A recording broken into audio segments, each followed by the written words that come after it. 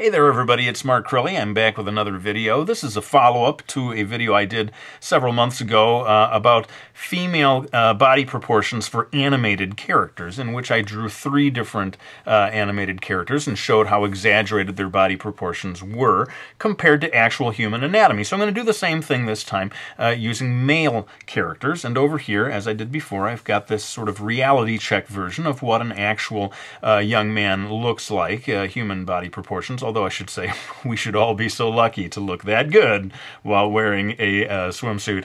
I know that I don't.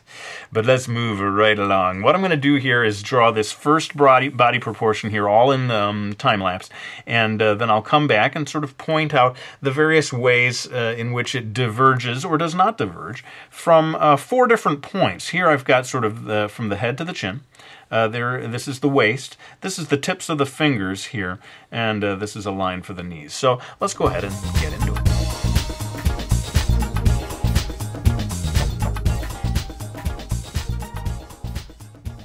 Alright, so here we have our first mystery character. I wonder if anyone will be able to guess who it is, but you will notice that the head is considerably larger. That's probably going to prove true for all of our characters here today. Larger than the actual human head. The waist, interestingly, is pretty close to the same place. It's a little hard to measure exactly where the male waist is. It's not, I think it might be higher than where I've put that line, come to think of it.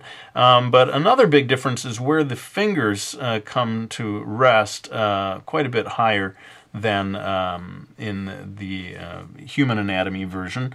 And I think the knees are also just a touch higher. But what you really notice, I think, is in comparing the two things, is the narrowness of the legs. You know, this character, I think, was designed to look really fast-moving, and so I think that's why they made these characters, or made the characters' legs really thin, narrow from side to side. I think it helps do that. And the breadth of the shoulders, not super wide compared to the head, certainly.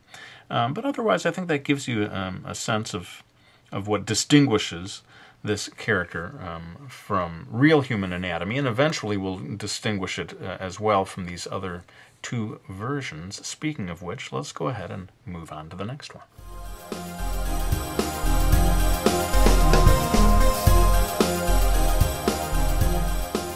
Okay, so here we have our second mystery character. Obviously heroic looking. Look at the breadth of these shoulders. Oh man, if you had shoulders like that, you could not walk through doorways without turning sideways and scooting crab-like.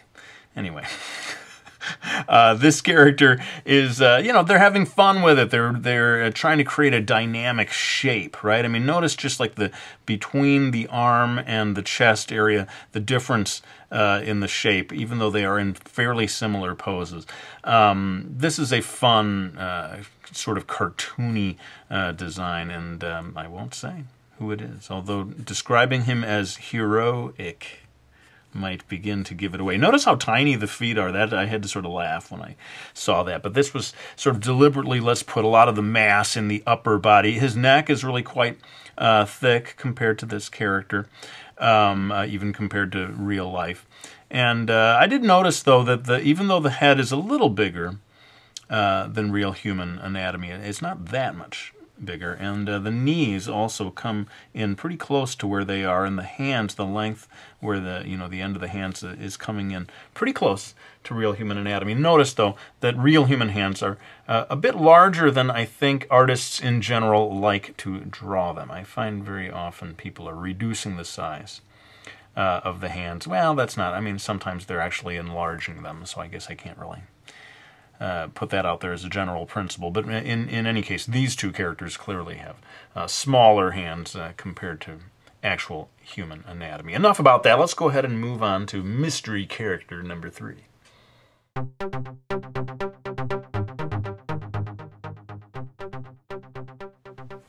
Alright, so here we have our final character, and big thing that I'm noticing, of course, the head much larger. And that conveys youth, I think. If you have fewer heads from top to bottom, the character is going to look younger and younger.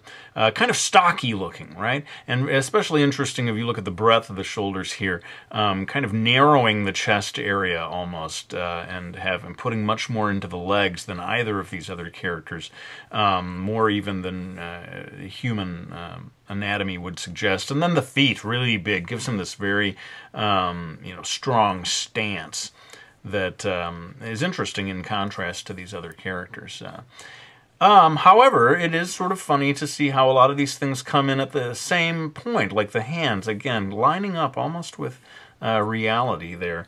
And his waist, maybe a touch lower, but pretty close to where it is in human form, and the knees as well. So I was actually surprised to see a lot of these things ended up lining up with the real human anatomy, as happened in the previous video, actually. So we all learned something here today, didn't we, children?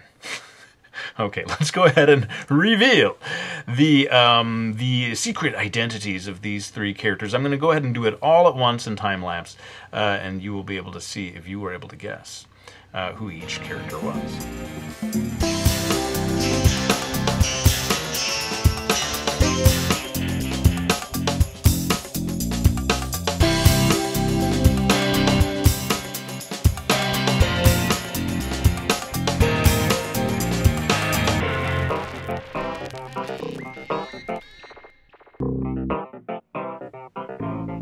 All right, well, the secrets are revealed. You see we have Jack Frost from Rise of the Guardians.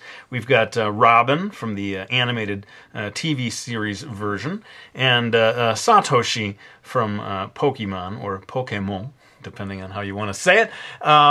So yeah, interesting to see how wildly different these different proportion systems are, and yet how they do have certain things in common, as I was saying, like with the knees very often coming in at the same place. I was going to ask, though, about Satoshi in particular. Is he meant to be a teenaged character, or is he more like an elementary school character? Fill me in, people, because these guys, I think, really are meant to come across as teenagers, and it might be a little unfair to put in a younger person by comparison. Of course, the head ends up being larger proportionally. But let me go ahead and thank anyone who has supported me by getting any of my books. We got Brody's Ghost and Miki Falls, my two graphic novel series, as well as Mastering Manga and Mastering Manga 2. This one already out in stores, I'm hearing, certainly available online anytime you like it. But let's go ahead and put down this pencil. I want to thank you all for watching this video. I hope you enjoyed it, and I'll be back with another one real soon.